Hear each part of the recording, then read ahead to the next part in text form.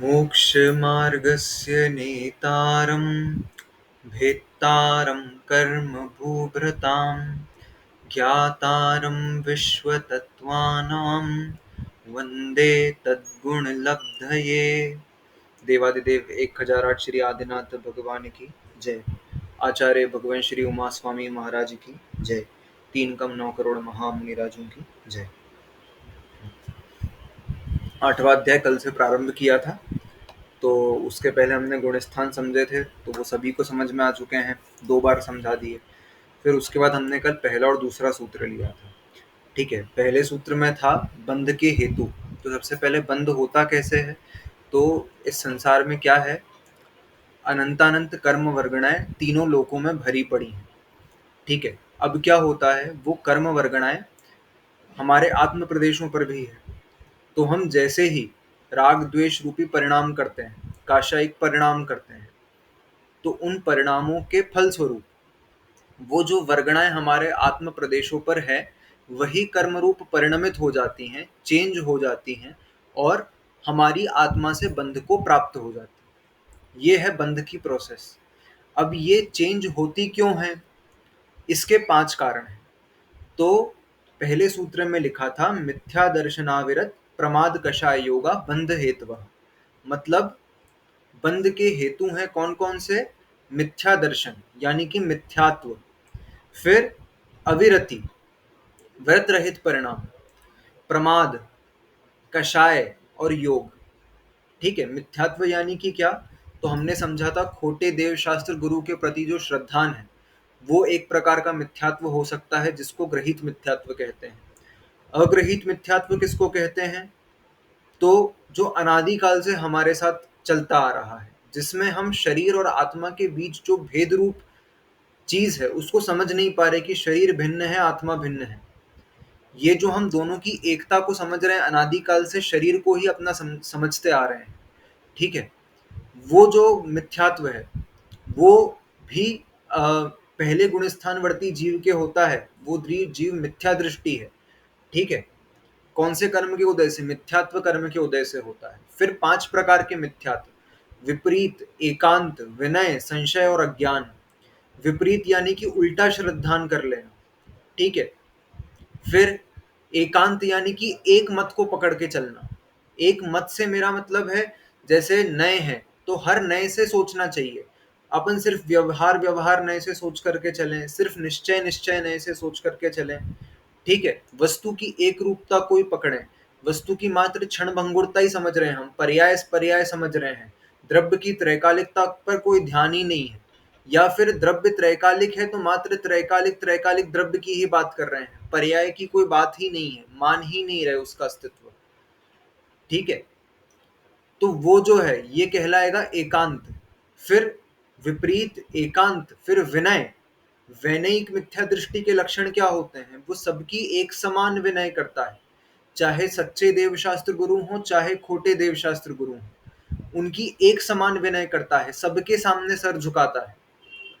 ठीक है, उसके मन में कोई भेद ही नहीं है, उसको लगता है कि चलो हमसे तो उच्च स्थान पर है, इस हिसाब से वो खोटे देवशास्त्र गुरु के सामने भी सर झुका लेता है।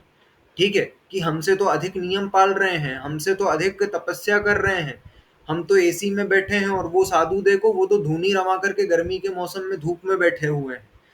इस प्रकार के वो खोटे गुरुओं को, परिग्रही गुरुओं को, उनको भी गुरु मान रहा है, मात्र इसलिए कि हमसे तो अच्छे हैं इसीलिए उनको भी गुरु मान रहा है। तो उसके नजरों में सब एक समान है, वो वैनयिक मिथ्या दृष्टि। फिर संशय, संशय मिथ्या दृष्टि क्या है, जिनेन्द्र देव प्रणीत तत्वों पर शंका करना, संशय उत्पन्न करना कि ये सब सच में होता होगा कि नहीं होता होगा, अपने मन में ये क्वेश्चन मार्क खड़ा करना कि ये जो तत्व हैं, क्या बताया सम्यक दर्शन को, सम्यक दर्शन बताया था 7 तत्वों के प्रति समीचीन श्रद्धान, तत्वार्थ श्रद्धानम सम्यक दर्शनम। मतलब क्या, कि 7 तत्वों के प्रति जो जैसे तत्व का जैसा स्वरूप बताया है उसको उसी रूप से स्वीकार कर लेना। ठीक है, लेकिन संशय मिथ्या दृष्टि क्वेश्चन मार्क खड़ा करेगा कि जो मैंने बंध की प्रोसेस बताई, तो बंध क्या इन्हीं वर्गणाओं से परमाणु रूप होता होगा कि नहीं होता होगा। नहीं, ये नहीं करना, नहीं तो संशय, इस नाम के मिथ्या दृष्टि हो जाएंगे। फिर अज्ञान, अज्ञान मिथ्या दृष्टि, अज्ञान मिथ्या दृष्टि वो जीव जो, चलो इस संशय वाले के मन में तो एक क्वेश्चन था कि तत्व में कुछ होता है कि नहीं होता है, इस प्रकार से स्वर्ग नरक का जैसा स्वरूप बताया वो होता होगा कि नहीं होता होगा। अज्ञानी मिथ्या दृष्टि उसका स्वरूप नकार दे रहा है, ठीक है, कि स्वर्ग नरक कुछ होते ही नहीं है, ठीक है, आफ्टर लाइफ जैसी कोई चीज है ही नहीं, जो है यहीं पर है, जो भोगना है यहीं भोगना है, ठीक है, यहाँ पर मरण हो गया, आगे कुछ है ही नहीं, ना इसके पहले कुछ था। लाइफ मात्र एक कोइंसिडेंस है कि हमको सब फेवरेबल कंडीशंस मिली फिजिकली, और यहाँ पर इस प्लैनेट पर लाइफ उत्पन्न हो गई, इस प्रकार के थॉट्स जिसके आए, ठीक है, वो होगा अज्ञानी मिथ्या दृष्टि, ठीक है, ये मिथ्यात्व के लक्षण होते हैं, ठीक है। फिर इसके बाद मिथ्यात्व के बाद अविरति, अविरति यानी कि व्रत रहित परिणाम, ठीक है। हमने समझा था 12 प्रकार की अविरति होती है, जब ये सूत्र पढ़ा था, क्या होती है, तो 5 इंद्रिय विजय और एक मन पर विजय, इस पर विजय प्राप्त करना, और फिर 5 प्रकार के स्थावर जीवों की हिंसा का त्याग करना, और एक त्रस जीव की हिंसा का त्याग करना। ये 12 प्रकार से कुल व्रत बनते हैं, श्रावक के 12 व्रत होते हैं, ठीक है। 5 इंद्रिय विजय, एक मन की विजय, और 5 स्थावर जीवों की हिंसा और एक त्रस जीव की हिंसा का त्याग करना, ये 12 व्रत होते हैं। 11 प्रतिमाओं में ये 12 व्रत गर्भित हो जाते हैं, ठीक है, इन 11 प्रतिमाओं में ये 12 व्रत गर्भित हो जाते हैं। तो इन 12 व्रतों का पालन करना ये व्रति, और इनका पालन नहीं करना ये अविरति, ठीक है। तो वो जीव जिसका किसी भी इंद्रिय पर विजय प्राप्त नहीं है, ना मन के विषयों पर विजय प्राप्त है, अथवा ना उसका स्थावर हिंसा का त्याग है, ना त्रस हिंसा का त्याग है, तो ये 12 प्रकार की कुल अविरतियां होती हैं। तो ऐसे व्रत रहित परिणाम, इसको कहते हैं अविरति। फिर प्रमाद, प्रमाद समझा था हमने अच्छे कार्यों में अरुचि लेना। अच्छे कार्य यानी कि क्या, जैसे देख शोध करके बैठना, लेटना, कुछ सामान रखना, चलना, ठीक है। इसके अलावा शोध करके भोजन करना कि कोई जीव तो नहीं आ जाए उसमें, ये अच्छे कार्य हैं जिससे हिंसा अहिंसा का पालन होता है, हम हिंसा से बच सकते हैं। इन अच्छे कार्यों में अरुचि ले लेना, इसमें सावधानी पूर्वक क्रिया नहीं करना, ठीक है, इसको कहते हैं प्रमाद, ये प्रमाद कहते हैं, ठीक है। कौन सा ग्रंथ है, एक मिनट रुकना, रयणसार, रयणसार ग्रंथ में आचार्य कुंद स्वामी इसके लिए एक शब्द प्रयोग करते हैं। ये प्रमाद जो है ना, हमारी असावधानी पूर्वक प्रवृत्ति, इसके लिए एक शब्द प्रयोग करते हैं, डवडवचर्या, ठीक है।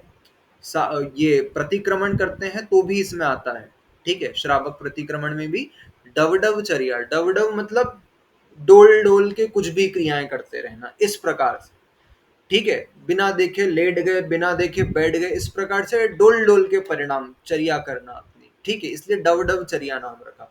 तो कुंद आचार्य ने लिखा असमाधि के स्थानों में इसका नाम दिया है। यदि आपने इस प्रकार की प्रवृत्ति करी है, बिना देखे शोधे क्रियाएं करी है, तो ये आपकी असमाधि का कारण बनेगा, ठीक है, ये असमाधि का कारण बनता है, ध्यान रखना चाहिए। इसलिए अगर आपको जीवन में समाधि पूर्वक मरण करना एक लक्ष्य है, तो इस प्रकार की असावधानी पूर्वक प्रवृत्ति से बचना चाहिए, ठीक है। फिर उसके बाद लिखा कषाय, कषाय किसको कहते हैं, कषाय यानी कि हमारे राग द्वेष रूपी परिणाम जो होते हैं उनको कषाय नाम दिया, ठीक है। क्रोध मान माया लोभ रूपी जो हम परिणाम करते हैं ये कषायिक परिणाम कहलाते हैं।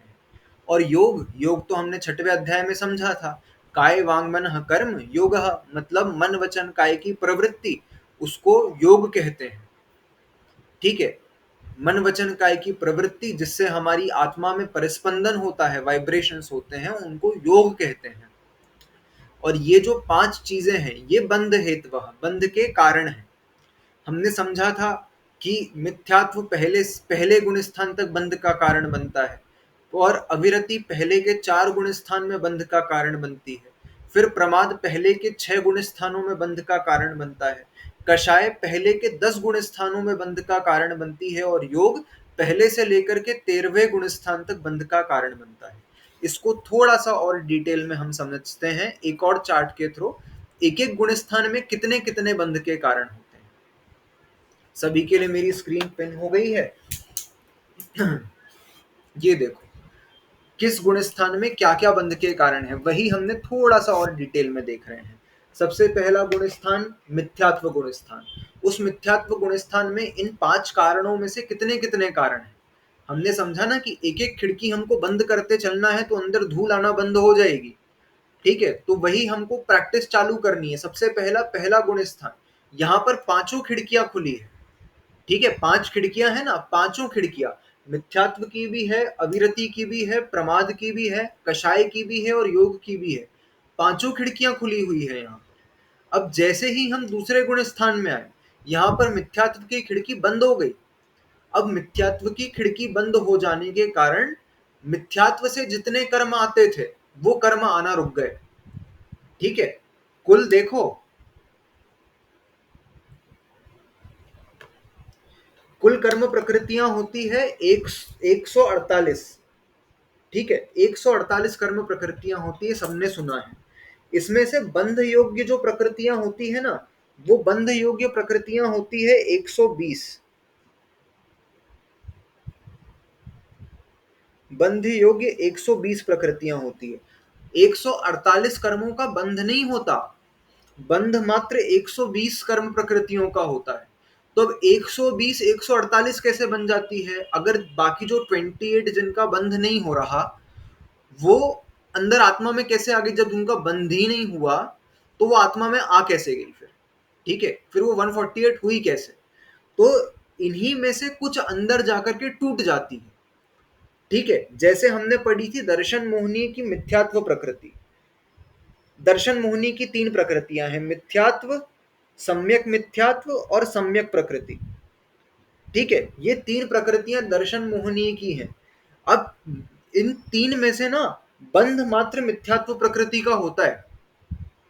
ठीक है, बंध किसका होता है? मिथ्यात्व प्रकृति का। तो फिर अंदर आत्मा की सत्ता में ये 2 कैसे बन गए? तो देखो, जब जीव को पहली बार सम्यक दर्शन होता है ना, तो इस मिथ्यात्व प्रकृति के 3 टुकड़े हो जाते हैं। ठीक है, इस मिथ्यात्व प्रकृति से असंख्यात गुनी शक्ति वाली, असंख्यात गुनी कम शक्ति वाली सम्यक मिथ्यात्व प्रकृति होती है और उससे असंख्यात गुनी कम शक्ति वाली एक सम्यक्त्व प्रकृति होती है। जब हम मार्गणा स्थान पढ़ेंगे तब इसको और अच्छे डिटेल में समझेंगे। ठीक है, 3 प्रकृति, इसके 3 टुकड़े हो गए, मिथ्यात्व, सम्यक मिथ्यात्व और सम्यक प्रकृति। तो इसी को देखो कैसे गुण स्थान में भी आ सकता है कि क्या हुआ, एक पूरा एक मिथ्यात्व था। इसको एक एग्जांपल से समझाता हूं मैं। जैसे अपने फ्रिज में एक आइसक्रीम रखी हुई थी, ठीक है, एकदम फ्रीजर में रखी बहुत देर से। अब वो आइसक्रीम जो थी वो फ्रिज में से निकाली हमने, ठीक है, फ्रीजर में से निकाली हमने। अब वो आइसक्रीम में चम्मच घुसा के देखो, एकदम कड़क पत्थर जैसी आइसक्रीम हो रही है वो। तो क्या उसमें चम्मच घुसेगी? क्या नहीं घुसेगी। ठीक है, अब उसको करीब 10-15 मिनट रखे रहने दिया हमने बाहर, उसको कुछ नहीं करा। तो अब उसकी कंडीशन कैसी हो गई? अब उसकी कंडीशन ऐसी होगी कि उसमें चम्मच आराम से चली जाएगी और हम आराम से खा लेंगे। ठीक है, तो वो पत्थर जैसी थी, अब उससे कमजोर हो गई। फिर उसके बाद क्या हुआ, हमने और 1 घंटा रखे रहने दिया, तो वो जो पूरी आइसक्रीम थी वो पूरी दूध जैसी बन गई। ठीक है, अब उसमें सॉलिड कुछ रह ही नहीं गया, तो उससे भी कमजोर वो दूध जैसी अवस्था बन गई। ठीक उसी प्रकार से ये मिथ्यात्व होता है। ठीक है, फिर जब वो सम्यक दर्शन पहली बार जीव को होता है ना, तो उसने बंध मात्र मिथ्यात्व का किया था, लेकिन उसको जैसे ही सम्यक दर्शन हुआ उसकी शक्ति से ऐसा समझना कि ये मिथ्यात्व 3 टुकड़ों में टूट गया।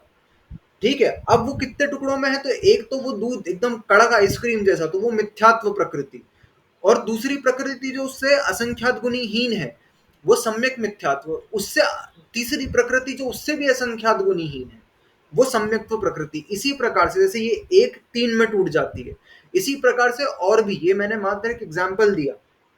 ठीक है, ऐसी कई प्रकृतियां हैं जिनका हम बंद कर लेते हैं और उसके बाद क्या करते हैं, उसके बाद वो आत्मा के अंदर कुछ परिणाम विशेष के कारण वो टूट जाते हैं। इसलिए कुल उत्तर प्रकृतियां जब होती है तो 148 प्रकृतियां आत्मा के अंदर इस प्रकार से पाई जाती हैं। ठीक है, 108 148 प्रकार की प्रकृतियां इस प्रकार से बनती हैं। बंध मात्र 120 प्रकृतियों का होता है। ठीक है, तो यहां पर जैसे ही ये हम मिथ्यात्व की खिड़की बंद हुई ना, तो मिथ्यात्व की खिड़की जैसे ही बंद होगी तो उन 120 में से 16 प्रकृतियों का बंद होना बंद हो जाता है। ठीक है, 16 प्रकृतियों की, इसको कहते हैं बंद होना। बंद हो गया ना जिस गुण स्थान में, उसको कहते हैं बंध विच्छुत्ति। तो पहले दूसरे गुण स्थान में 16 प्रकृतियों की बंध विच्छुत्ति हो गई। विच्छुत्ति यानी कि क्या, अब उनका बंद होना बंद हो गया। ठीक है, उनका क्या हो गया, बंद होना बंद हो गया। एक मिनट रुकना।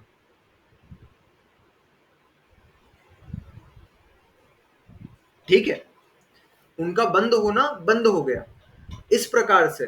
फिर उसके बाद देखो कहां कहां तक अविरति के परिणाम हैं। तो देखो जब, हाँ, यहां पर देखो अब अनंतानुबंधी कषाय का भी उदय था। तो अब यहां पर कषाय के परिणाम है, तीसरे गुण स्थान में भी कषाय के परिणाम है। लेकिन चौथे गुण स्थान में विशेष क्या होता है, चौथे गुण स्थान में अनंतानुबंधी संबंधी कषाय के जो परिणाम है वो भी अब बंद हो गए।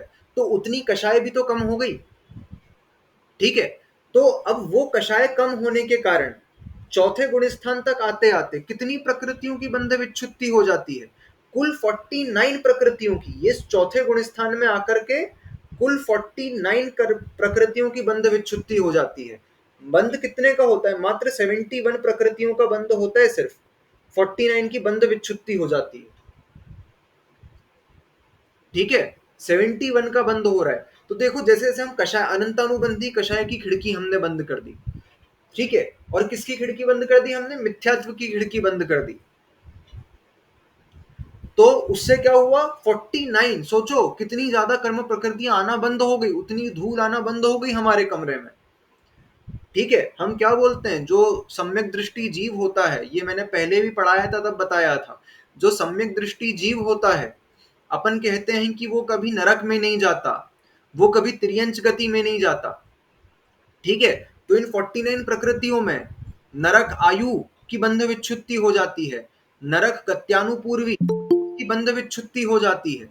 फिर ये नाम कर्म की प्रकृतियां हैं, नरक गति इसकी बंध विच्छुत्ति हो जाती है। फिर तिर्यंच आयु इसकी बंध विच्छुत्ति हो गई, तिर्यंच गति इसकी बंध विच्छुत्ति हो गई, तिर्यंच गत्यानुपूर्वी इसकी बंध विच्छुत्ति हो गई। ठीक है, तो इतनी प्रकृतियों की बंध विच्छुत्ति। ठीक है, स्त्री वेद और नपुंसक वेद इसकी बंध विच्छुत्ति हो गई। इसीलिए हम क्या बोलते हैं, सम्यक दृष्टि जीव कभी स्त्री नहीं बनता, कभी नपुंसक नहीं बनता।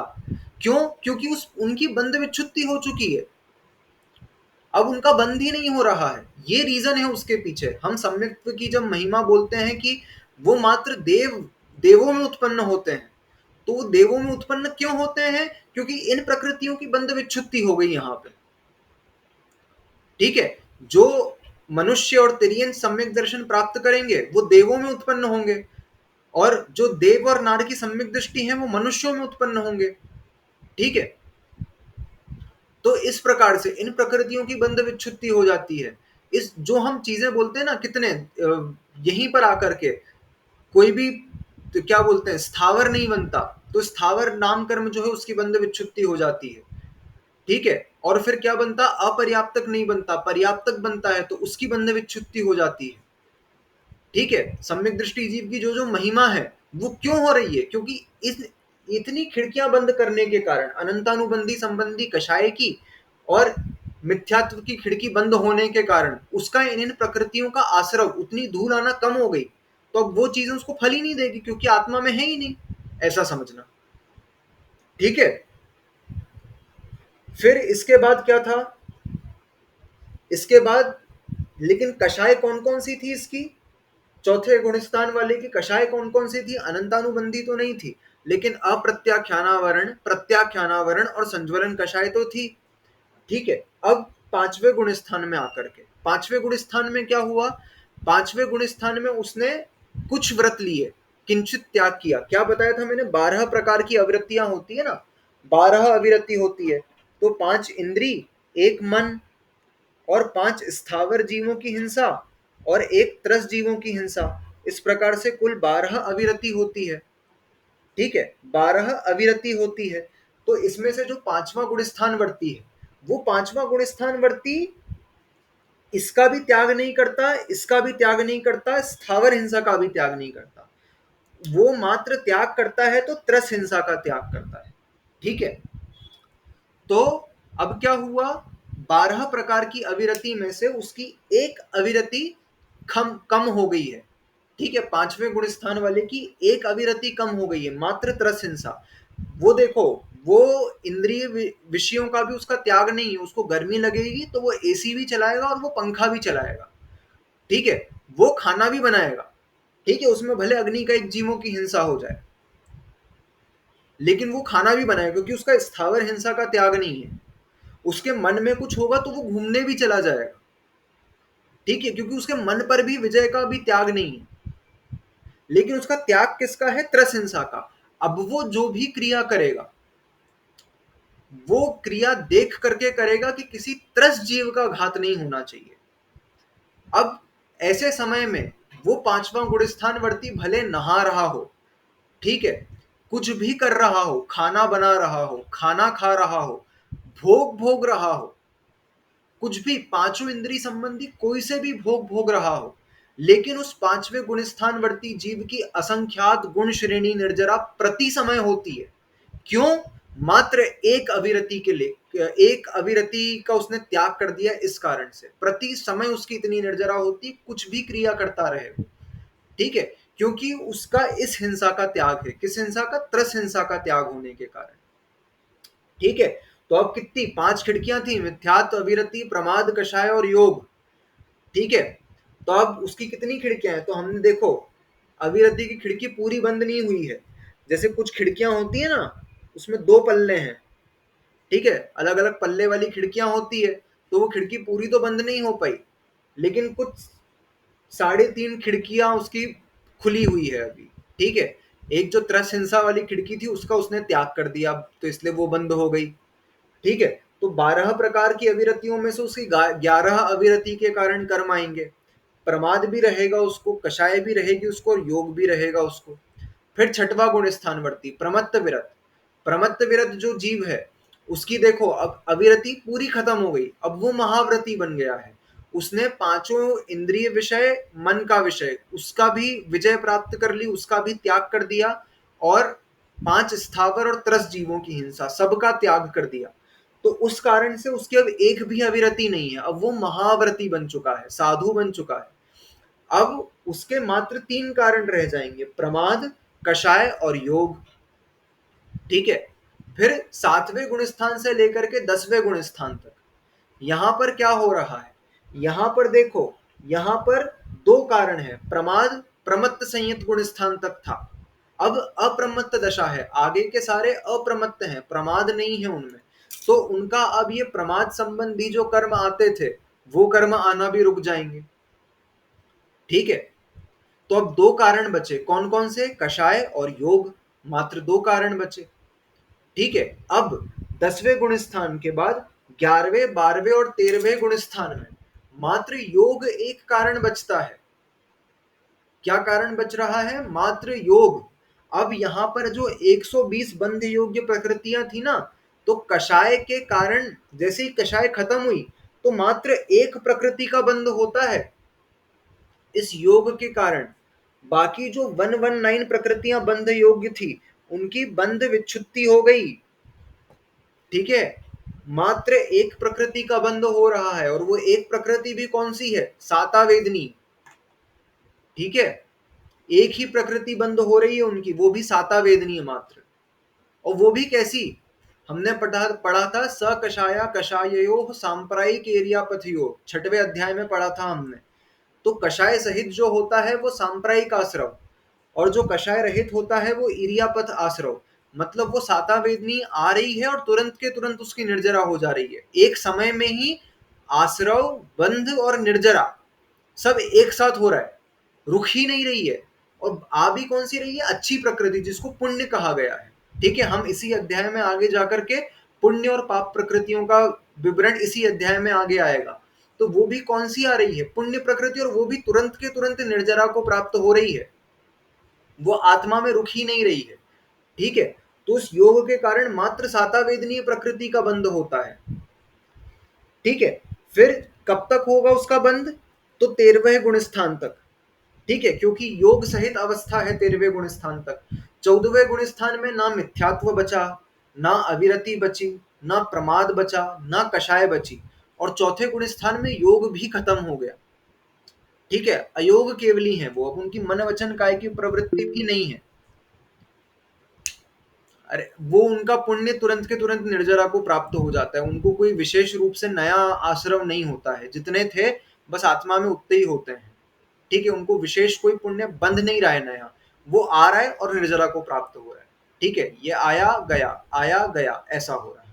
तो मात्र साता वेदनी आती है, इसमें भी और कोई सी भी नहीं आती है, मात्र साता वेदनी प्रकृति आती है। ठीक है, और 14वें गुण स्थान में अयोगी अवस्था, मतलब मन वचन काय की प्रवृत्ति भी खत्म वहां पर। तो अब 5 में से एक भी कारण नहीं है, तो यहाँ पर उनको बंध रहित अवस्था हो जाती है। और हमने क्या बताया था, एक समय भी बंध नहीं होता है तो हम केवली हो जाते हैं। ठीक है, अब ये तो ऑलरेडी केवली है, तो अंतर मुहूर्त में मोक्ष हो जाता है। ठीक है, इस प्रकार की यहाँ पर अवस्था होती है। ये हमने गुण स्थानों में विशेष बंध किन किन कारणों से होता है ये समझ लिया था। ठीक है, इसके बाद हमने अगली चीज देखी थी, अगला सूत्र, सकषायत्वा जीवः कर्मणो योग्यान पुद्गलानादत्ते सबंधः। मतलब क्या लिखा यहाँ पर, सकषायत्वा जीवः, मतलब कषाय सहित होने से जीव क्या कर रहा है, कर्मणो योग्यान पुद्गला नादत्ते, मतलब कर्म के योग्य पुद्गल वर्गणाओं को ग्रहण कर रहा है। कर्म के योग्य कार्माण वर्गणाएं जो हैं, जो मैंने समझाया, कार्माण वर्गणाएं जो 3 लोकों में ठसाठस भरी हुई हैं, वो क्या कर रहा है, उनको ग्रहण कर रहा है, और उनको ग्रहण करना ही बंध है।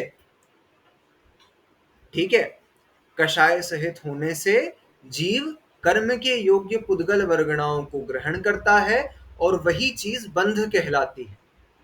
ठीक है, अब यहां तक का हमारा विषय पूर्ण हो गया था। अब हम देखेंगे, नया विषय प्रारंभ करेंगे, बंध कितने प्रकार का होता है, बंध के कितने भेद होते हैं। ठीक है, हमने यहां तक देख लिया, अब सब बराबर लेवल पर आ चुके हैं। ठीक है, इतना ही सभी का कवर हुआ है। किसी को कुछ डाउट है इसमें, या अथवा जो गुणस्थान का हमने संक्षिप्त रूप से वर्णन समझा था उसमें कुछ डाउट है?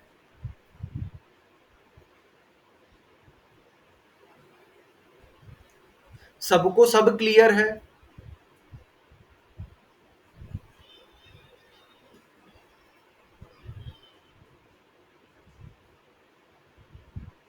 सिर्फ सोनालिका को सब क्लियर है? ऐसी थोड़ी ना टॉप आती है वो हर बार। बाकी मैंने 4 बार पढ़ लिया। हाँ भाई, सोनालिका ने तो बहुत बार पढ़ लिया है भाई। ये अब तो तो एक बार भी पढ़ती है तो भी इसको छप जाता है भाई। अरे ऐसा नहीं है। नहीं, काफी अच्छा ऑप्शन है, सही रहना चाहिए।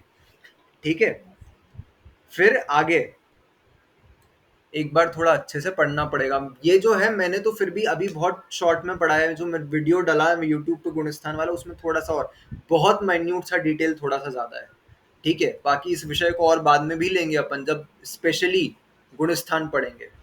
हाँ, तो अपन जब गुणस्थान पढ़ेंगे तब बहुत अभी तो मैंने सिर्फ नाम और होता क्या है ये बता दिया था, बाकी कुछ बताया ही नहीं है अभी। ठीक है, तो क्या हुआ, ज्ञानमती माता जी को देखा है, कोई नहीं टिके उनके ज्ञान के आगे। ऐसा क्षयोक्षम होना चाहिए।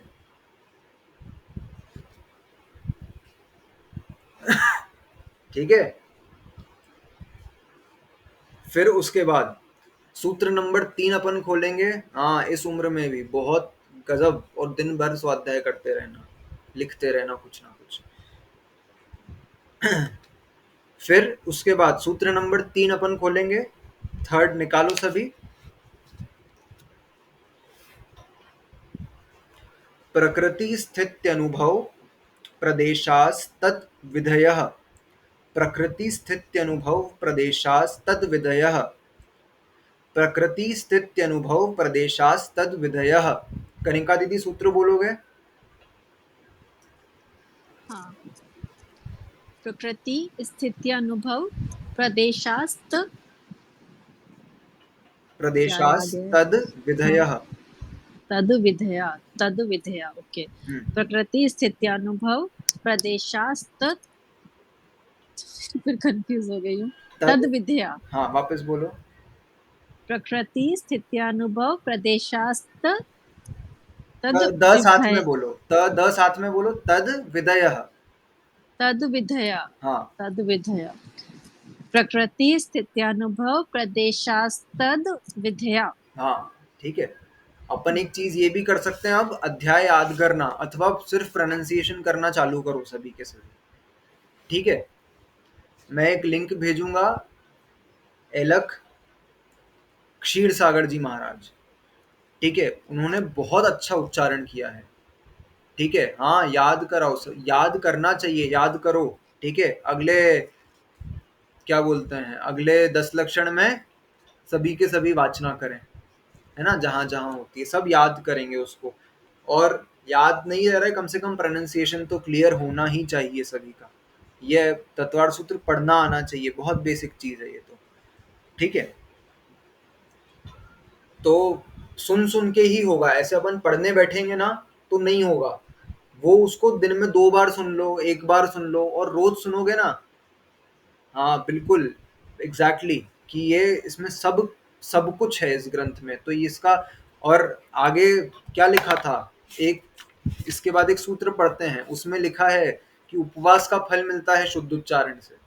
ठीक है, तो एक बार अपन पढ़ेंगे, 10-20 मिनट लगते हैं, 20-25 मिनट, और 20-25 मिनट में एक उपवास जितना पुण्य चाहिए है, तो तत्वार्थ सूत्र पढ़ लो। ठीक है, तो अपन ने क्या देखा, बंध के अपन हेतु दे, बंध के भेद देख रहे हैं। विधेय, तद विधेय मतलब उसके ये भेद हैं। क्या क्या भेद हैं, तो सबसे पहले लिखा प्रकृति। ठीक है, पहला बंध का भेद है प्रकृति बंध। फिर उसके बाद लिखा स्थिति, मतलब स्थिति बंध। ठीक है, प्रकृति बंध, स्थिति बंध। फिर अनुभव, अनुभव बंध, कहीं कहीं पर अनुभव देखने मिलता है, कहीं कहीं पर अनुभाग देखने मिलता है। ठीक है, तो कुछ भी बोलो चलेगा, अनुभव बंध भी चलेगा, अनुभाग बंध भी चलेगा। ठीक है, तो अनुभाग बंध। फिर उसके बाद अगला प्रदेश बंध, प्रदेश बंध। ठीक है, इसको किस सीक्वेंस में कहा जाता है, प्रकृति बंध, प्रदेश बंध, स्थिति बंध और अनुभाग बंध। ये 4 प्रकार के बंध के भेद होते हैं, बंध के टाइप्स होते हैं। कौन कौन से, वापस बोल रहा हूं, प्रकृति बंध, प्रदेश बंध, स्थिति बंध और अनुभाग बंध। ये 4 बंध के टाइप्स होते हैं। ठीक है, अब एक एक को समझते हैं अपन क्या होता है। सबसे पहले प्रदेश बंध। प्रदेश बंध क्या होता है, कितने परमाणुओं का हम एक बार में बंध कर रहे हैं। ठीक है, एक बार में हम कितने परमाणुओं का बंध कर रहे हैं, इसको कहते हैं प्रदेश बंध। ठीक है, ये प्रदेश बंध कितना होता है, तो इसके लिए शास्त्रों में लिखा कि अनंतानंत कर्म परमाणुओं का हम एक समय में ग्रहण करते हैं, प्रति समय अनंतानंत परमाणुओं को ग्रहण करते हैं। ठीक है, उसको कहते हैं प्रदेश बंध। एग्जाम्पल के लिए बता रहा हूं मैं, जैसे हम 1 किलो शक्कर लेके आए, तो 1 किलो शक्कर में कितने शक्कर के दाने थे।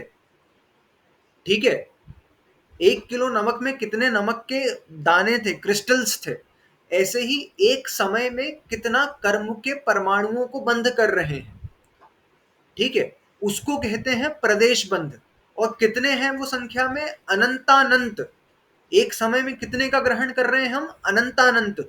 उस पर्टिकुलर अनंतानंत के लिए शास्त्रों में एक शब्द आया है जो सोनालिका बताएगी, क्योंकि मैं पढ़ा चुका हूं पहले।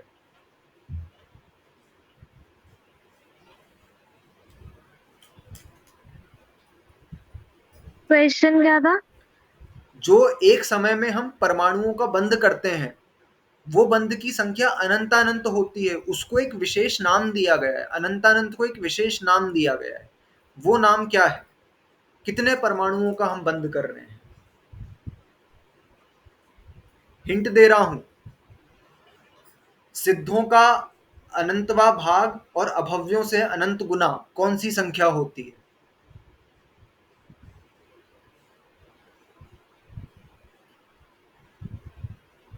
याद नहीं आ रहा, पढ़ा तो था। है ना? समय प्रबद्ध, याद आया? हाँ हाँ। है ना? समय प्रबद्ध, एक बार में हम कितने परमाणुओं का बंद कर रहे हैं? प्रदेश बंद में आता है समय प्रबद्ध। किसे लिखेंगे? है ना? है ना, ये समय प्रबद्ध से, हाँ, समय प्रबद्ध ये है। किसकी संख्या कितनी है? अनंतानंत। ठीक है। अब ये अनंतानंत एक स्पेसिफिक नंबर है, ऐसा रैंडम इंफिनिटी नहीं है। ये एक स्पेसिफिक नंबर है। और इस स्पेसिफिक नंबर के लिए क्या बताया गया?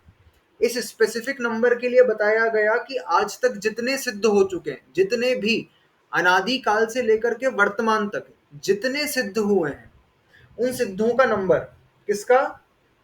सिद्धों का नंबर, सॉरी,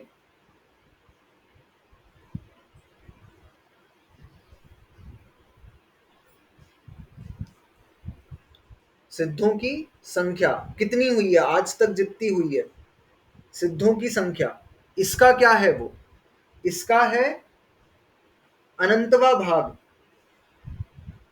इसको अनंत से डिवाइड कर दो तो समय प्रबद्ध आता है। ठीक है। एक और संख्या, अभव्य जीव जितने हैं इस तीन लोक में, जितने भी अभव्य जीव हैं, उनके नंबर को अनंत से मल्टीप्लाई कर दिया जाए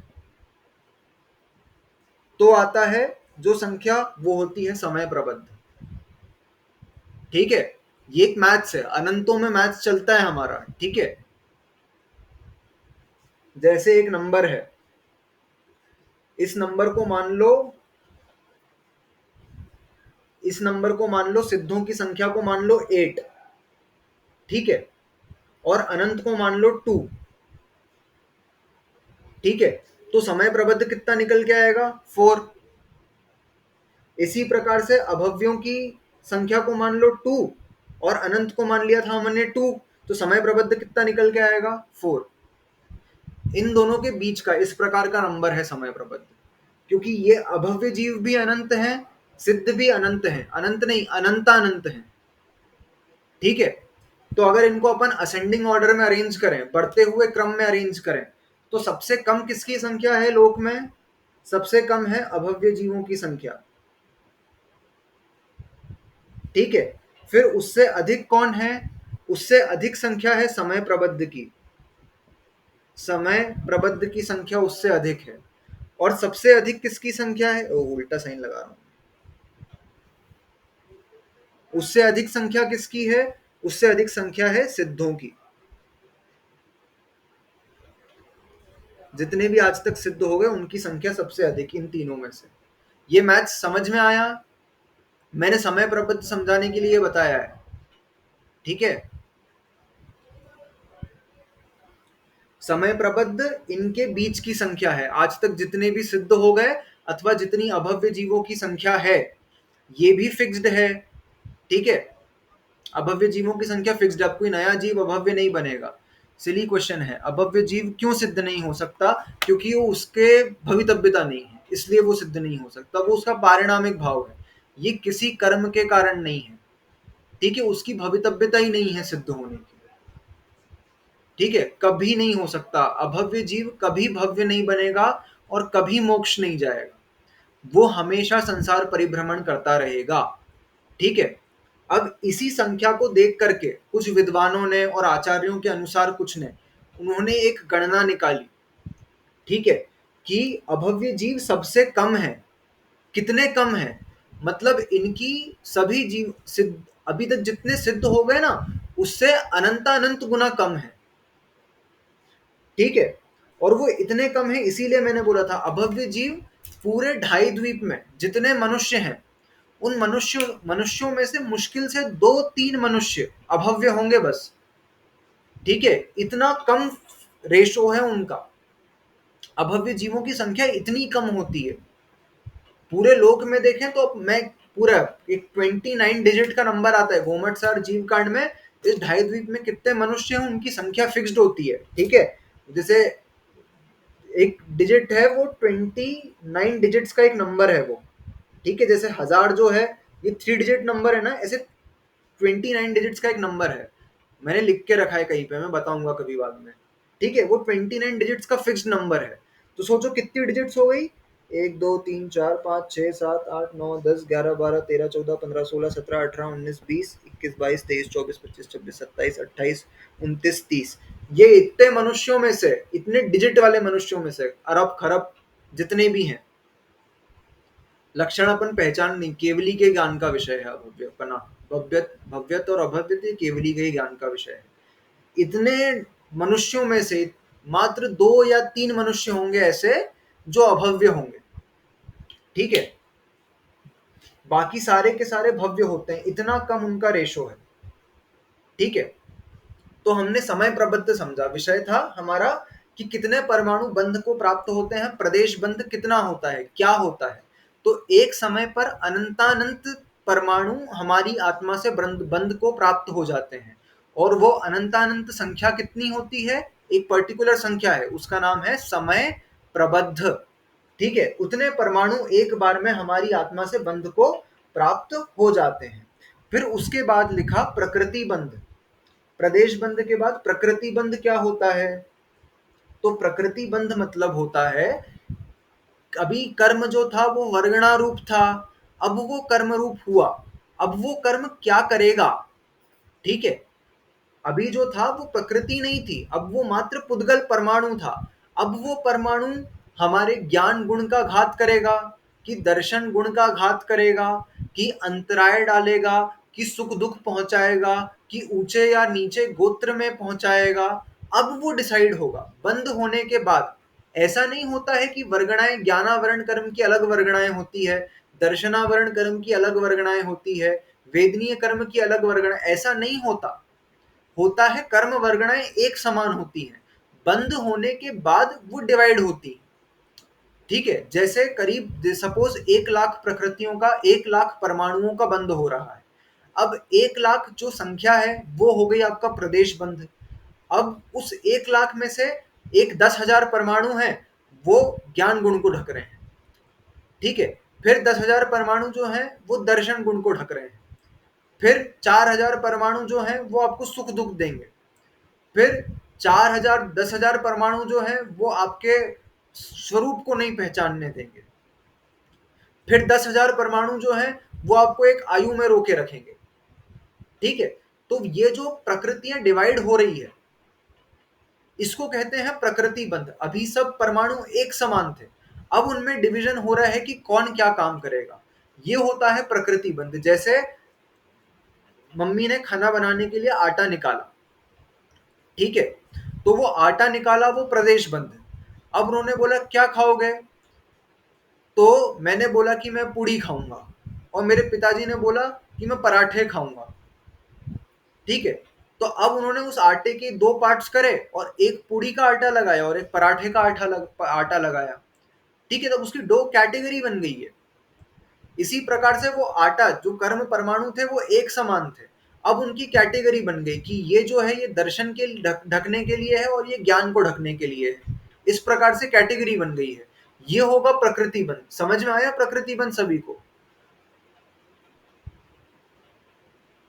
है ना, इजी है। प्रकृति बंध मतलब क्या हो रहा है, अब सब जो एक जैसे थे अब उनमें विशेष कैटेगरी डिवाइड हो गई, कि ये जो है ये दर्शन गुण को ढक रही है, ये ज्ञान गुण को ढक रही है, ये सुख दुख दे रही है। इस प्रकार से विभाजन हो गया उनमें, ये हो गया प्रकृति बंध। अब इसके बाद प्रकृति बंध, प्रदेश बंध, स्थिति बंध। अब स्थिति, स्थिति यानी कि क्या, कब तक वो अपना काम करेंगे, अपने नेचर को कब तक नहीं छोड़ेंगे। स्थिति मतलब अपने स्वभाव को कब तक नहीं छोड़ेंगे, ये होता है स्थिति बंध। ठीक है, अपने स्वभाव को कब तक नहीं छोड़ना, ये स्थिति कहलाती है। जैसे एक दूध रखा है मेरे पास, दूध मैंने लिया दूध वाले से, अब मैं उसको बिना गर्म करे यदि रख रहा हूं, दूध का स्वभाव है मधुर स्वभाव, ठीक है, अपनी जो उसका नेचर है वो मधुर है।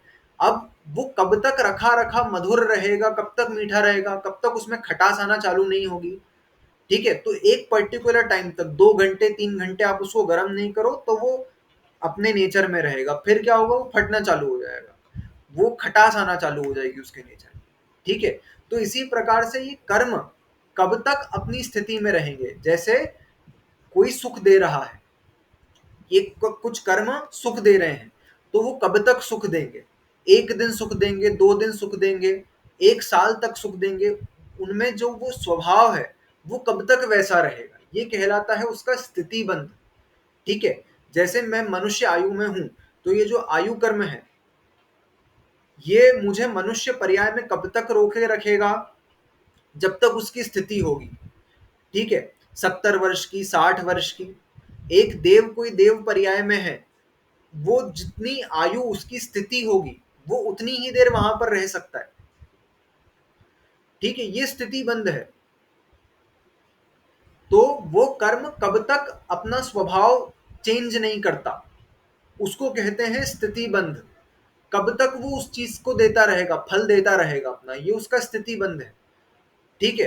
फिर उसके बाद अनुभाग बंध या अनुभव बंध। अनुभाग बंध मतलब उसकी फल देने की शक्ति, ठीक है। अब वो कब तक सुख देगा, चलो 1 साल तक सुख देगा, लेकिन कितना सुख देगा, ठीक है। हो सकता है कि वो मात्र आपको एवरेज एवरेज ही सुख दे पाए, ठीक है, कि आप बहुत एवरेज, अब अपन इसको देखें तो हम कितनी सामग्री इकट्ठी कर पा रहे हैं, इसको देखें तो हम बहुत एवरेज एवरेज सामग्री इकट्ठी कर पा रहे हैं, और एक ये मध्यम अनुभाग शक्ति, और एक जिसकी अनुभाग शक्ति बहुत ज्यादा है, वो क्या कर रहा है, 1 साल के अंदर वो लखपति करोड़पति बन गया। लखपति तो कोई भी बन जाए आज के समय में, लेकिन करोड़पति बन गया वो, ठीक है। तो इस प्रकार से उसकी अनुभाग शक्ति बहुत ज्यादा थी, और एक व्यक्ति था उसकी अनुभाग शक्ति बहुत कम थी, ठीक है। तो इस प्रकार से किसी की अनुभाग शक्ति ऐसी है कि उसका स्थिति तो 1 दिन की थी, लेकिन उसका अनुभाग बहुत ज्यादा था, ठीक है, तो उसको 1 दिन में कोई बहुत अच्छी चीज, उसको बहुत लाभ हो जाएगा, इस प्रकार से, ठीक है। तो ये अनुभाग शक्ति पर निर्भर करता है कि उसकी फल देने की शक्ति कितनी है, ये उसके अनुभाग बंध पर निर्भर करता है। तो 4 प्रकार का बंध हो गया। सबसे पहला प्रदेश बंध, मतलब कितने परमाणुओं को एक बार में ग्रहण किया, तो अनंतानंत समय प्रबद्ध परमाणुओं को एक बार में हर जीव ग्रहण कर रहा है संसारी अवस्था में, ठीक है। फिर प्रकृति बंध, अब वो परमाणु क्या क्या करेंगे, कौन सा ज्ञान को ढकेगा, कौन सा दर्शन को ढकेगा, कौन सा सुख दुख देगा, कौन सा अंतराय देगा, ठीक है, कौन सा एक आयु में रोक करके रखेगा, ये हो जाएगा आपका प्रकृति बंध। फिर इसके बाद स्थिति बंध, यानी कि वो कब तक अपने स्वभाव से च्युत नहीं होगा, कब तक अपने स्वभाव को नहीं छोड़ेगा, कब तक वो आपको उसी अवस्था में रखेगा, कितने दिन तक सुख देगा, कितने दिन तक अंतराय देगा, ये उसकी स्थिति, टाइम पीरियड, ठीक है। और फिर अनुभाग बंध, ये उसकी फल देने की शक्ति, कि वो कितनी तीव्रता या मंदता से अपना फल देगा, कितना ज्यादा आपको फायदा पहुंचाएगा या कितना ज्यादा आपको नुकसान पहुंचाएगा, ये उसकी अनुभाग शक्ति होती है। जैसे क्या होता है, हमारी आयु, मनुष्य आयु की जो होती है वो 60-70 वर्ष होती है, लेकिन जब हम बूढ़े होने लगते हैं तो क्या होता है, हमारे जो ये है स्थिति बंध तो 70 वर्ष का था, लेकिन जो अनुभाग बंध है वो कम कम होता रहता है। अब क्या हो रहा है, अब उसके कारण शरीर जो कमजोर होता दिखता है ना हमको, वो उसी कारण से हो पाता है। क्यों हो पाता है, क्योंकि हमारे शरीर का अनुभाग बंध, अब शक्ति कम होने लग गई है। देखो, हम जो बच्चा है, वो बच्चा एक दिन भर, छोटा बच्चा है, वो दिन भर घूम रहा है, इधर उधर जा रहा है, फिर रहा है, और गिर रहा है, पड़ रहा है, तो क्या हुआ, 2 मिनट रोए और हमने क्या बोला, कुछ नहीं हुआ, कुछ नहीं हुआ, और वो चुप हो जाता है, कुछ नहीं हो रहा है ना। और एक अच्छा हष्ट पुष्ट व्यक्ति है, वो भी ऐसा है, एकदम हमारी उम्र का व्यक्ति है कोई, वो भी एकदम अच्छा है, ठीक है, वो भी कहीं गिर जाए तो तुरंत के तुरंत ठीक हो जाता है। लेकिन यदि कोई बूढ़ा व्यक्ति, ये तो चलो जैसे कोई व्यक्ति है जवान सा, उसका एक्सीडेंट हो गया और हड्डी उसकी 2 महीने में ठीक हो गई, ठीक है, लेकिन एक बूढ़ा व्यक्ति कुर्सी से ही नीचे गिर जाए यदि, ठीक है, बाथरूम में ही पैर स्लिप हो जाए और एक हड्डी टूट गई उसकी, अब महीनों सही नहीं हो पा रही है, वो बेड रेस्ट पे ही है, ठीक है, वो उठ ही नहीं पा रहा है। क्यों हो रहा है? क्योंकि जैसे जैसे स्थिति पूरी होने वाली होती है, अनुभाग शक्ति कम होती जाती है। ये मनुष्य आयु की अनुभाग शक्ति कम हो रही है, ठीक है, ये लक्षण है अनुभाग शक्ति की। अब इसमें विशेषता क्या आती है? इसमें विशेषता ये आती है कि ये जो प्रकृति बंध और प्रदेश बंध है, ये किसके कारण होता है? मोस्टली योग के कारण होता है। प्रकृति बंध, प्रदेश बंध योग के कारण होता है, और स्थिति बंध और अनुभाग बंध ये कषायों के कारण होता है, ठीक है। प्रकृति बंध, प्रदेश बंध योगों के कारण, और स्थिति बंध, अनुभाग बंध ये कषायों के कारण। किस पर निर्भर करता है? कषायों पर निर्भर करता है कि आपकी कषायों की मंदता और तीव्रता कितनी है, ठीक है। तो ये प्रकृति और प्रदेश बंध जो है, ये इतना मैटर नहीं करता, कोई बहुत बड़ी चीज नहीं है कि साता वेदनीय बंध है कि असाता वेदनीय बंध है। क्योंकि यदि हम कषाय से, हम मंद परिणामी हैं, मंद कषाय हैं, तो हम क्या कर सकते हैं? हम उसका अनुभाग बढ़ा सकते हैं, ठीक है। एक होती है कषायों की तीव्रता, एक होती है कषायों की मंदता, ठीक है। तो कषायों की तीव्रता जब रहती है ना, तो ये आगे जाकर जब हम पुण्य और पाप प्रकृतियां देखेंगे इसी अध्याय में, तो कषायों की तीव्रता के कारण पाप प्रकृतियों की अनुभाग शक्ति बढ़ जाती है, ठीक है। और कषायों की मंदता, जिसको हम विशुद्ध परिणाम कहते हैं, उन विशुद्ध परिणामों के कारण क्या होता है? देखो, उसकी सिर्फ अनुभाग शक्ति बढ़ नहीं रही है, पाप प्रकृतियों की अनुभाग शक्ति को तो तीव्र कषाय बढ़ा रही है, और जो पुण्य प्रकृतियां हैं उनकी अनुभाग शक्ति को कम भी करती है साथ में। लेकिन यदि हम मंद कषाय रखें तो क्या होगा? पुण्य प्रकृतियों की जो क्या कहते हैं अनुभाग शक्ति है वो भी बढ़ेगी, और पाप प्रकृतियों की अनुभाग शक्ति कम होती जाती है उससे। किसके कारण? मंद कषाय के कारण, ठीक है। और क्या होता है? अब आपने प्रकृति को इसी बांध ली असाता, अब संक्रमण करवा लो यदि, यही विशुद्ध परिणाम प्रकृतियों का संक्रमण भी कर देते हैं, तो असाता जो है वो साता रूप होकर के उदय में आएगी। तो प्रकृति बंध और प्रदेश बंध इतना मैटर नहीं करता जितना आपका स्थिति बंध और अनुभाग बंध मैटर करता है। इंपॉर्टेंट है स्थिति बंध और अनुभाग बंध, ठीक है, कि आपको कितनी तीव्रता से सुख चाहिए, ये आपका स्थिति बंध, कितने लंबे समय तक आपको सुख चाहिए। तो अगर यही भाव भी रखना है तो आपको कषायों की मंदता रखनी पड़ेगी, ठीक है। एक होता है योग, योग क्या होता है? मन वचन काय की प्रवृत्ति, ये होता है योग। हाँ, क्रोध, मान, माया और लोभ, इन सभी के परिणामों को हम, क्रोध तो हम कहाँ करते हैं? रेयरली ही करते हैं, कभी किसी पर गुस्सा आ जाए तो आ जाए, ठीक है, लेकिन हम उसको, और आए भी तो हम उसको कंट्रोल कर सकते हैं। इस प्रकार से हम जब आए तब क्या करो, एकदम क्रोध की तीव्रता है, तुरंत के तुरंत बोलो कि अभी मौन ले लेंगे और एक जाप करने लग जाएंगे, ठीक है। इस प्रकार से हम उस क्रोध के परिणाम को वहीं के वहीं शांत कर सकते हैं, ठीक है। जब तक एक जाप पूरी नहीं होगी तब तक मौन ले लेंगे और उतनी देर में वो कषाय ठंडी हो जाएगी। इस प्रकार के परिणाम, ठीक है। तो ये जो योग है, अब योग दो प्रकार का होता है, योग होता है दो प्रकार का। कौन सा योग होता है? एक शुभ योग होता है, एक अशुभ योग होता है। और उपयोग जो होता है वो 3 प्रकार का होता है, शुभोपयोग, अशुभोपयोग और शुद्धोपयोग, ये 3 प्रकार का उपयोग होता है, ठीक है। तो आचार्यों ने लिखा कि क्या है, जो आपका कषायों की तीव्रता है यह आपका अशुद्धोपयोग है, और जो कषायों की मंदता है वो आपका शुभोपयोग है, ठीक है। और जो कषाय रहित परिणाम है वो शुद्धोपयोग की कोटि में आता है। तो शुद्ध, एकदम प्रॉपर शुद्धोपयोग है वो तो कषाय रहित परिणामों में ही होता है, 10वें गुण स्थान से ऊपर जाकर के, ठीक है। तो ऐसा भी शुद्धोपयोग होता है। फिर उसके बाद जब तक कषाय है उसकी मंदता रखें यदि, तो वो शुभोपयोग में आता है, ठीक है। और कषायों की तीव्रता रखें तो पहले के 3 गुण स्थान जो होते हैं वो मिथ्या दृष्टि जीव आपको भले बहुत पोलाइट नेचर का दिख जाए, या अपन बोले ना बहुत अच्छा व्यक्ति है लेकिन मिथ्या दृष्टि है, तो भी उसका अशुद्धोपयोग ही है। ध्यान में रखना, मिथ्या दृष्टि की कभी मंद कषाय नहीं होती है, मिथ्या दृष्टि की कषाय हमेशा तीव्र रहेगी, ठीक है। वो मिथ्या दृष्टि जीव कभी शुभोपयोग में ही नहीं पहुंच पाता है।